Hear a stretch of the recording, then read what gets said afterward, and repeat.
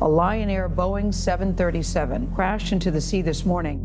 Rescuers have located debris, but they do not expect to find any survivors. Some of the warning signs, in retrospect, were there all along. Some of the decisions or changes were so subtle that people might not even have realized the importance as they were taking place. An Ethiopian Airlines flight has crashed shortly after takeoff from Addis Ababa, killing all 157 passengers and crew thought to be on board. We'll do everything possible to earn and re-earn that trust and confidence from our customers and the flying public in the weeks and months ahead. One message described the 737 MAX as a plane designed by clowns, overseen by monkeys. The safety culture at Boeing was corrupted under pressure from Wall Street and executives and board members who were looking more at their bonuses than they were at the integrity of the organization. It was a game of numbers. They were meeting Wall Street's expectations, but unfortunately that came at the expense of the end customer and the flying public. The failures that happened at Boeing are really complicated and involve subtle forces and cultural changes that have been underway for decades at the company. 2019 was not the best year for Boeing. Just 5 months apart, 2 Boeing 737 MAX planes crashed, and the planes have been grounded since March of 2019. There's simply no precedent in aviation for a plane this important to be grounded this long. Investigators believe the plane's sensors or its computers had bad data suggesting a potential stall. There was this software system known as MCAS, that stands for Maneuvering Characteristics Augmentation System. This obscure flight control software was created so the MAX handled the same way for pilots as the previous generation of 737s. Black box data indicated that a bad sensor had triggered MCAS, which automatically pushed the plane down.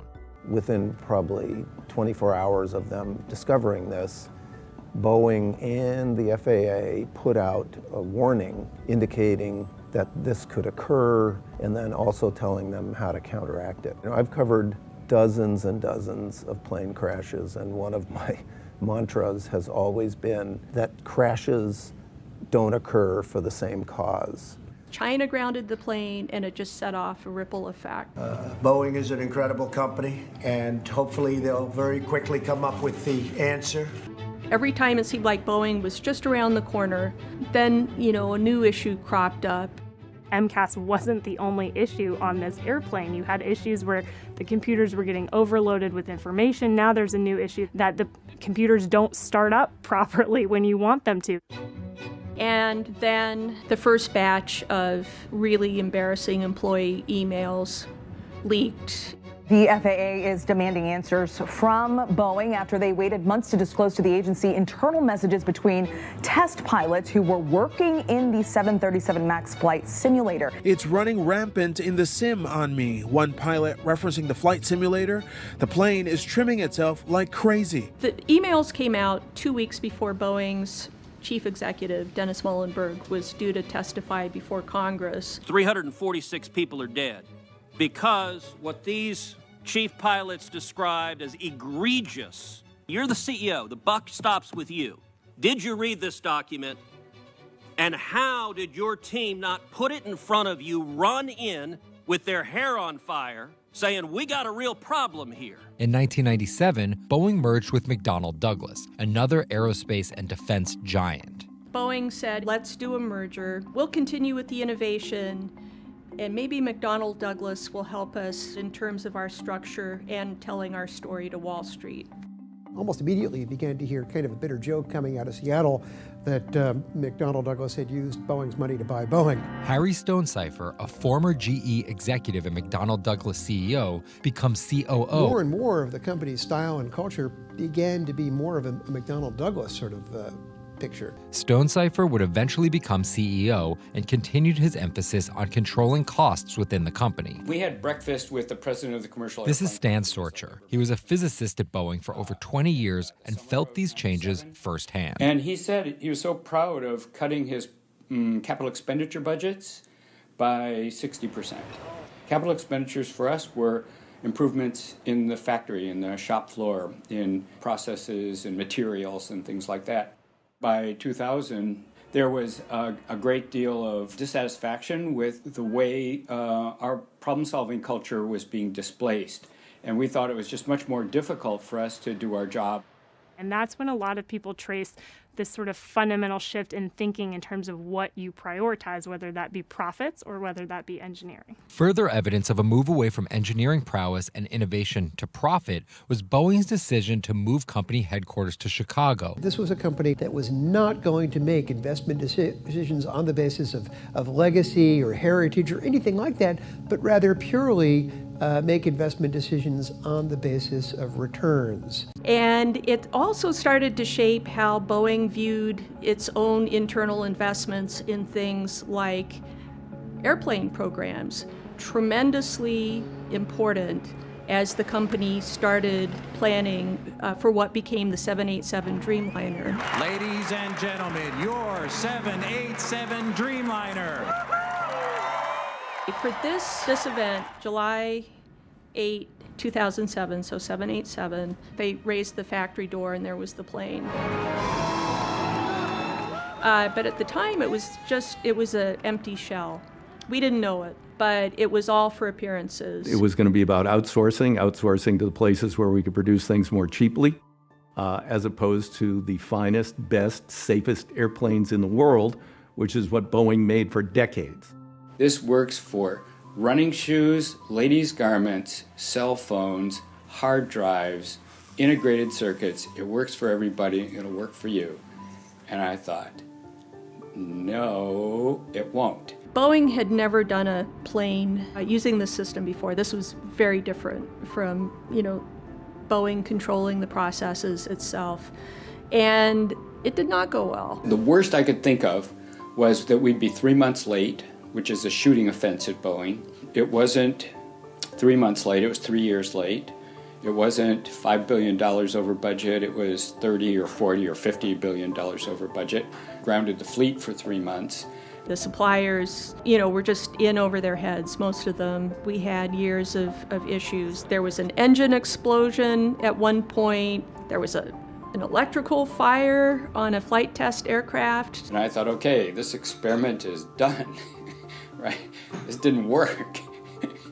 And the executive said, the business model is fine, we just didn't execute it. Eventually, Boeing would fix many of the 787's issues, and the Dreamliner slowly started to bring in big returns. And with a profitable plane, Boeing looked at other measures to boost its returns to shareholders. There's different ways of getting your profit up. So one is just that you make the best product imaginable and everybody wants to buy it. And so your sales go up and you make more money on that plane. The other is that you do financial engineering. One common technique for companies to boost their stock price is a practice known as stock buybacks, where a company uses its capital to buy back its own stock from the marketplace. And the math is really simple to understand. If you have fewer shares trading, absent all else, the price goes up, the share's worth more, they get a nice return on their investment. Boeing's stock was on the rise, and by 2015, new CEO Dennis Muilenburg would ramp the program up even more.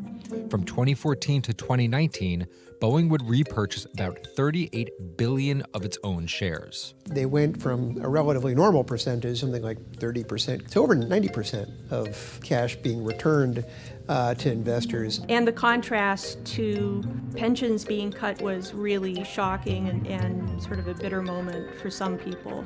Buying back shares and paying huge dividends while you're laying off senior engineers to hire cheap labor in India, that's a sickness. But while longtime employees at Boeing may have been frustrated, at the time this was viewed as a huge success.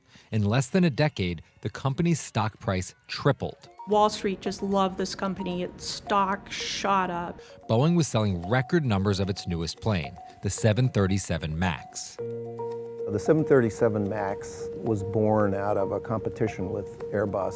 The aviation industry is a duopoly between Boeing and Airbus, with the two giants controlling almost all of the jetliner market. For both companies, its beating commercial heart is an enormously profitable family of single-aisle jets, the Boeing 737 and Airbus A320. While Boeing had planned to build an all-new jet to replace the 737, it was sidetracked by the Dreamliner debacle. Airbus shocked everyone by announcing a simple upgrade to its A320 family of planes in what became known as the A320neo. Since the new planes had engines that increased fuel efficiency and required no lengthy training for pilots to fly, it became a huge cost saver for airlines and a big hit for Airbus. So Boeing had to do the same thing. If Boeing didn't act or waited too long, they could lose significant market share. American Airlines called Boeing and said, we're going to buy 400 planes. And they will all be Airbus unless you can match their fuel economy and the fact that no pilot training is required. And the Boeing CEO said, no, we'll match that.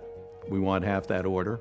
With the MAX, Boeing was also trying to shake the image of incompetence that had followed the 787 debacle. So there was a lot of pressure there to show that, hey, look, we can design planes and we can meet deadlines with the MAX. And to their credit, with the MAX, they did. Unfortunately for Boeing, some of the critical engineering decisions that were made came back to haunt them. In late 2015, Boeing's first 737 MAX takes shape, right on schedule. Flight testing begins in early 2016, and in 2017, the MAX enters the commercial market, months early. And it is in fact the fastest selling aircraft in company history. But internal emails made public from investigators revealed that Boeing had gone to extraordinary measures to get the MAX into the air, including some employees lying to the FAA. In one exchange, a Boeing employee says, "I still haven't been forgiven by God for the covering up I did last year." The most disturbing thing we've found is there was a 2013 meeting and they conspired to conceal this system. MCAS was created so that the larger, more fuel-efficient engines on the MAX wouldn't make the plane handle any differently than the previous generation of 737s. At that meeting, they said, well, wait a minute. If we tell anybody about this system, then they might require that pilots have additional training, and our bosses from the top in Boeing and our contracts with the airlines say no additional training required. So we have to conceal this. No one outside Boeing can know that this safety critical system exists. After firing Muhlenberg, Boeing would close the books on one of the worst financial performances in history, estimating $18.6 billion in total costs for the grounded 737 MAX, and it would report its first annual loss since 1997. Dave Calhoun, a member of Boeing's board, was tapped as the next CEO and immediately starts to make sweeping changes within the company. The first couple of weeks on the job, he moved very quickly to get any embarrassing overhang from the last year. But it's unclear whether or not Calhoun will shift Boeing's priority away from pleasing Wall Street and return the company to its engineering roots and heritage of creating top flight planes. We believe this airplane is safer than the safest airplane flying today. He's been on the board since mid-2009, and also one of the, well, almost all of the board members that do not have an engineering degree. He's from a purely accounting background, private equity, hedge funds, that kind of thing. This is a bit strange because on one level, the company really needs to change. On the other hand, other than a shareholder emergency, I'm not really sure what would be the instigator of that change. We are going to have the most open book the world's ever seen on this subject.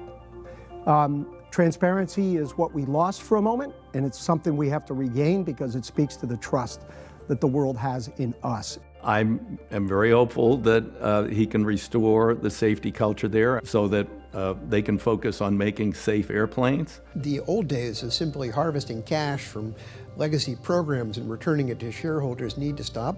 And the idea of engineers being some sort of commodity that you can rely upon to come through for you, that needs to stop too.